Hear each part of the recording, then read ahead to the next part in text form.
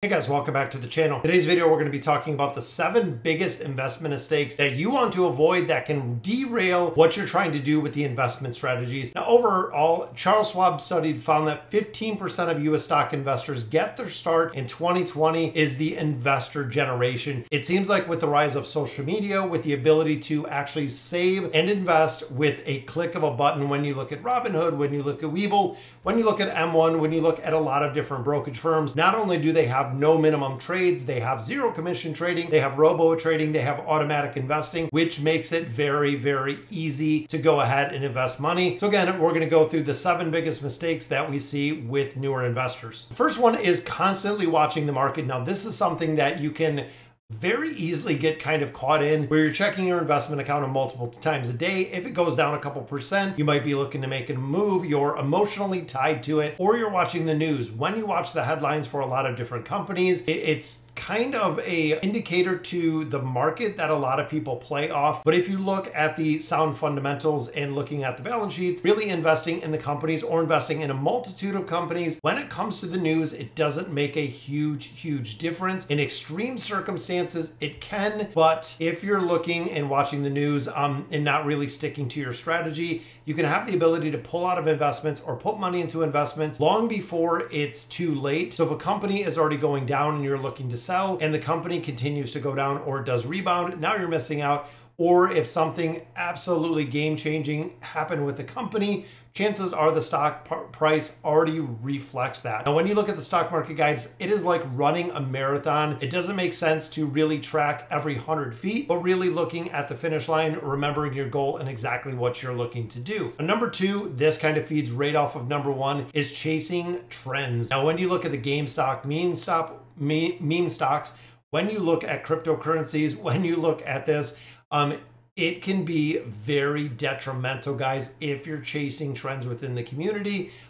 It's someone kind of gets left with it. It is kind of the FOMO mentality, which really does not work in investing. You can literally count on one hand how many people really hit it big, just like hitting the lotto, anything else.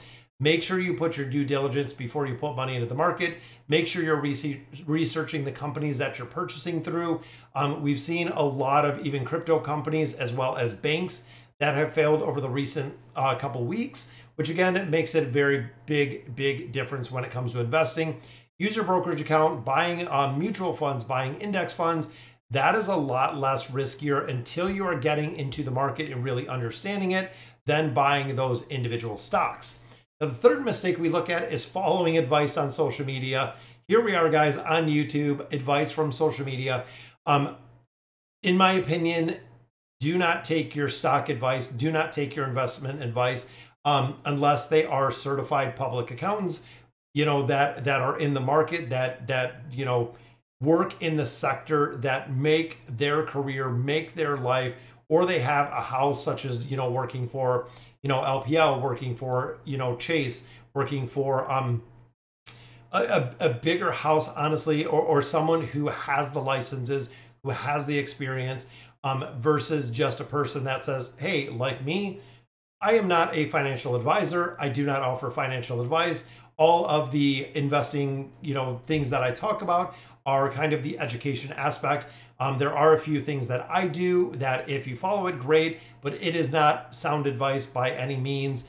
This, again, is a really big trend. When I look and I do follow a lot of financial advisors, such as Dave Ramsey, where he talks about following or seeing people on TikTok, seeing people on social media giving financial advice.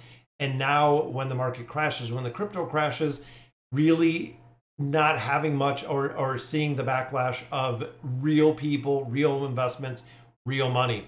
Now, the fourth mistake, not giving your investment time to grow. This is something that I've been very guilty of earlier in my career, my 20s and 30s. I'd invest in a company, we'd hold it for a couple months, possibly, day trade some of it, not giving it time to let it grow. And I look at longevity of when I started investing to where I am now.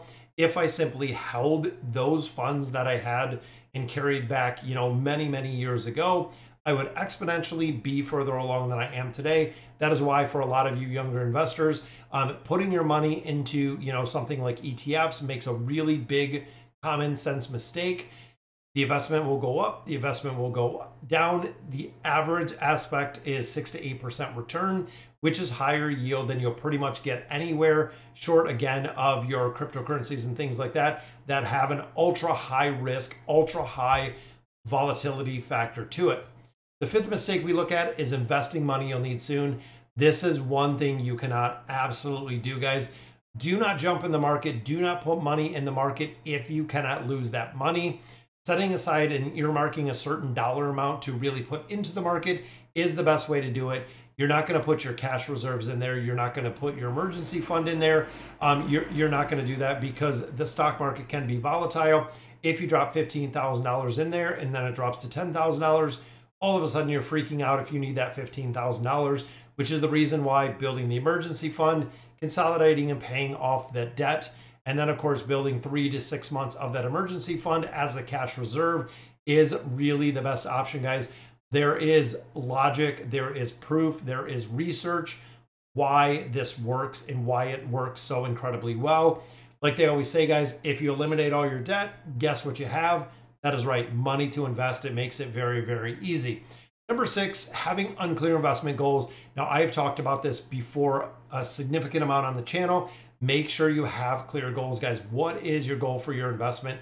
How much are you going to put on that investment? When we look at our 50-30-20 rule, 50% to the priorities, 30% to really the different spending category, 20% for the debt repayment, and also the investing aspect. You should know exactly in your budget how much you're going to be putting into the stock market every single month. Again, outside of that emergency fund, outside of that savings, you know exactly what you're going to have. You don't have high returns without correlating to high risk. That is really a very scary but honest to true phrase that a lot of people use. Many investors use the S&P as a benchmark. I do that as the same. I benchmark the S&P 500 with the VOO, the Vanguard S&P 500 fund.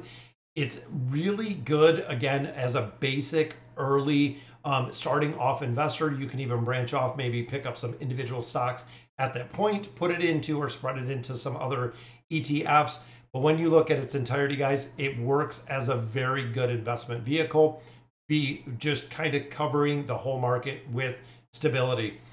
Mistake number 7, and our final mistake, is delaying investing altogether. Again, this is something that we have talked about with the compounding effect that can happen over the long term. A lot of people don't think $100 is what you need to get starting to invest, but you don't even need that much, guys. Even if you have $50, even with some of the accounts, if you have $25, they will be happy to invest it. Again, looking at a couple different places, do your research, know what platform you're going to have, know what you're going to invest. All right, guys, that'll do it for today's video. Again, some of those really important points that you need to know. Number 1, choose, again, the account minimums, the account types, the advisory fees. Do your research when it comes to what brokerage system you're going to use, whether it's going to be, again, Robinhood, whether it's going to be M1, regardless of what it is. Make sure you do your research when it comes to the platform. What kind of customer support do they have? What kind of fees do they have associated with? What kind of tools and resources do they offer to really educate you with stocks and bonds, and also the ease of it? If you're in a platform, it is super difficult.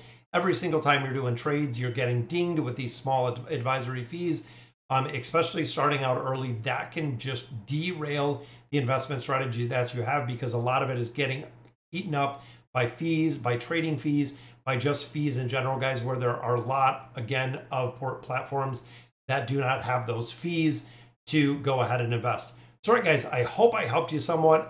7 biggest investment mistakes you want to avoid. If you like the content I provide, go ahead and subscribe to the channel. We have a lot more coming in. As always, thank you guys for watching.